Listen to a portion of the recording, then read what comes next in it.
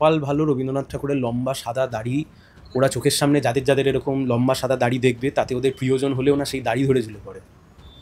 আমি কারণ নাম বলছি না, ওদের দলেও এরকম কিছু নেতা টেতা আছে যারা সাদা দাড়ি রাখেন, হয়তো দেখা গেল রবীন্দ্রনাথের মতো দাড়ি রাখা যাবে না, ঝুলে পড়লো।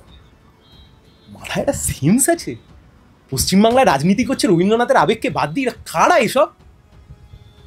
কারা কারা এরা? 2014 সালে ব্রিগেডের মাঠে এসে আমার সোনার বাংলা বলে যিনি তোতলাচ্ছিলেন, কোন গানের লাইন ছিল? আমার সোনার বাংলা আমি তোমায় ভালোবাসি। 2014 সালে ব্রিগেডের মাঠে নরেন্দ্র মোদী যখন গান গাইছিলেন, ওটা তখন রাষ্ট্রীয় গান ছিল না বাংলাদেশের। যেটা মানে আমি আসলে বিষয়টা খুব স্পষ্ট এবং বিষয়টা খুব পরিষ্কার। দেখো, বিজেপির না দেশ স্বাধীনের আগের কোনো ইতিহাস আছে, না দেশ স্বাধীনের পরের কিছু আছে। জনসংঘ থেকে পথ চলা শুরু করে তারপরে এসে এই সব করেছে। মুখে এত বড় বড় বাতেলাবাজি করে, কিন্তু বাতেলাবাজি সব ধরা পড়ে যাবে তুমি যদি যে সময়তে পশ্চিমবাংলায় মুসলিম লীগের সমর্থনে সরকার চলতো এবং যে সরকার চলবার সময়তে যে বা যারা পাকিস্তানের দাবি করেছিল তাদের সাথে হাত মিলিয়ে হিন্দু মহাসভার শ্যামাপ্রসাদ মুখার্জি বাংলায় সরকার চালিয়েছেন।